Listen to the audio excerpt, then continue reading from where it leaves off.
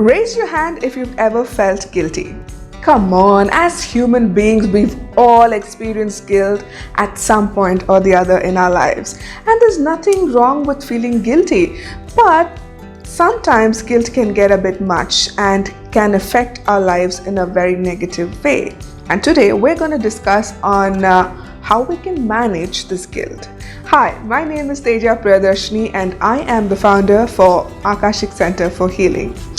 And what do I mean by guilt? Guilt is this nasty, nagging feeling in our hearts when we fail to meet expectations of the society or of people, when we feel like we've let somebody down, or if we've kind of not measured up to our own standards of values and principles that we have set in our lives. That is when we feel extremely guilty. But then, hear me out.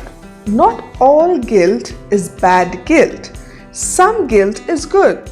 What do I mean by that? Guilt, when we feel guilty, it kind of reminds us that we are a person who's got ethics, values, principles, and that we are very empathetic people. We feel empathy very strongly, and that is why we feel guilt. And it is a reminder to kind of rectify or make amends to the negative behavior we have exhibited in the first place that created guilt.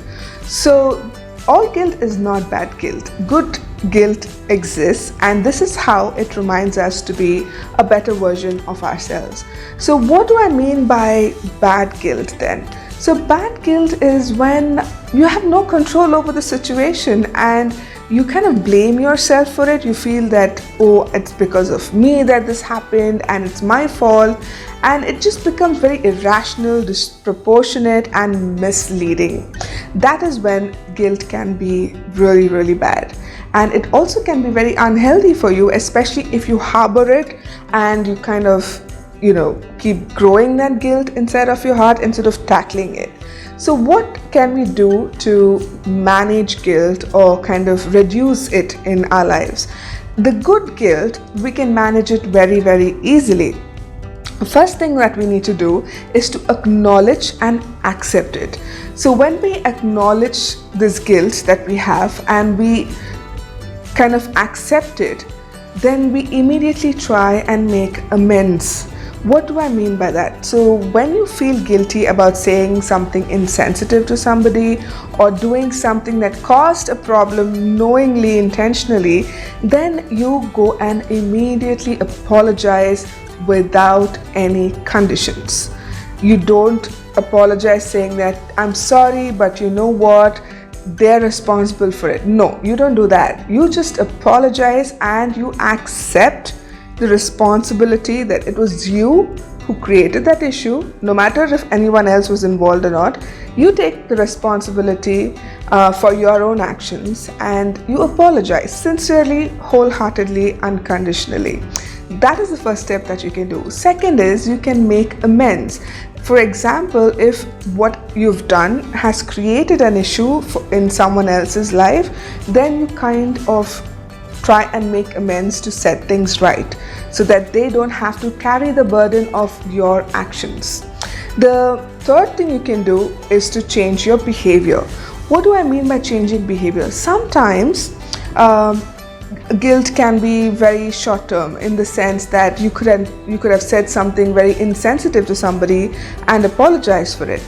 But sometimes you could probably be doing a repetitive pattern of behavior, like coming late to office and your colleagues getting affected by your tardiness, and that is something that requires changing of behavior.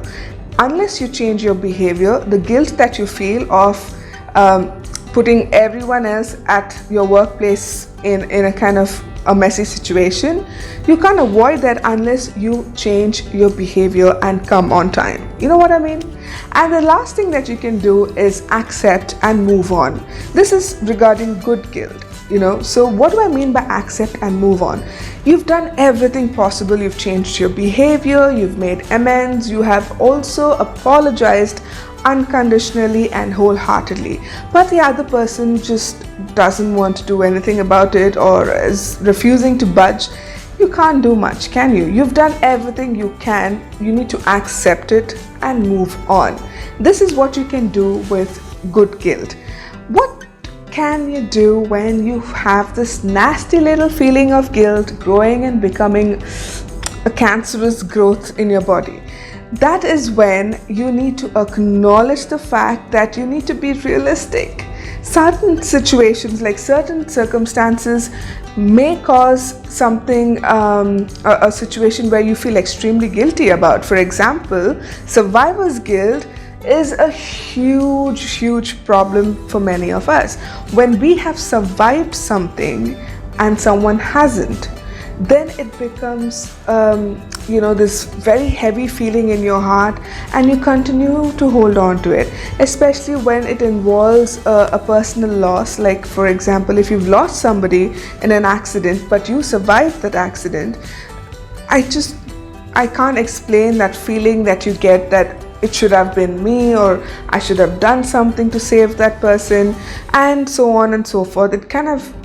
It just kind of spirals out of control and makes you feel very sad and horrible inside.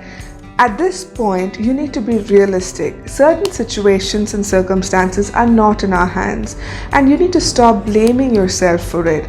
It is something that is unavoidable and you had no control over. You need to decide, or kind of make a list of what you can control and what you cannot control.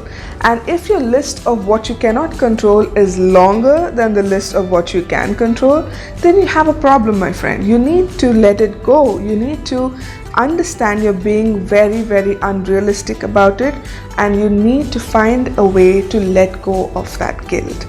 The second thing that you can do is try and use affirmations. The best affirmation that I can think of is, I've done all that I can with the knowledge that I had.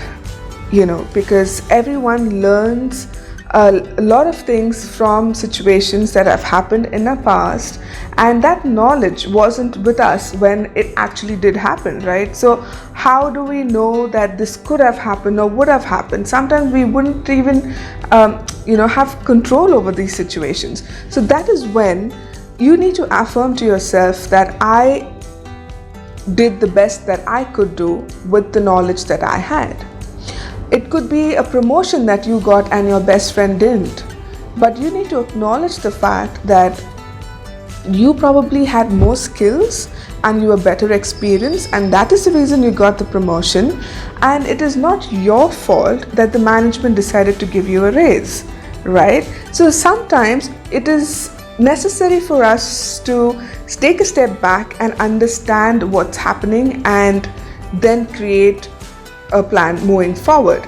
The third thing that you can do is challenge the perfectionism. Sometimes we set really high standards for ourselves, and we kind of get paranoid when we don't meet our own standards.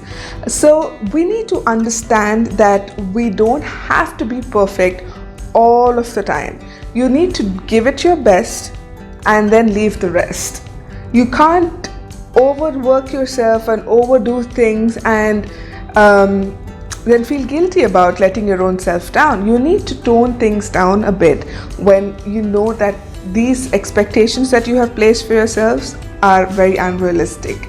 The last thing that you can do is when someone else makes you feel guilty, like, come on, I'm sure most of us have had this happen to us. When someone else comes in and says, like, I know you're a hardworking person and I'm sure you're going to stay late tonight and work through whatever issues that we have because you're a team player, and that kind of makes us feel guilty because we want to go home after a long day, and then your manager just says something like this and makes you feel like, oh yeah, I am a team player. So yeah, that guilt, that ickiness that you feel, well, sometimes you need to be a little assertive. You need to tell them that, see, you've done your work now and you need to go home, and you need to have that work-life balance going on, because in this time during lockdown, I'm sure all of you who are working from home have overworked yourselves. I mean, you've worked more than you would at office perhaps. And it is time to be assertive and tell your bosses that you need to stick to the 9 to 5 or how many ever hours you're committed to. and that's it, because you have life apart from that as well, and there is nothing wrong with it. It's very, very simple. I mean, it's very common to want to have that work-life balance, and there's nothing wrong with it. So be assertive. These are the few things that I hope can help you with guilt and how you can deal with guilt. And I'll see you again in my next video on Sunday. Mwah. Love you all. Bye.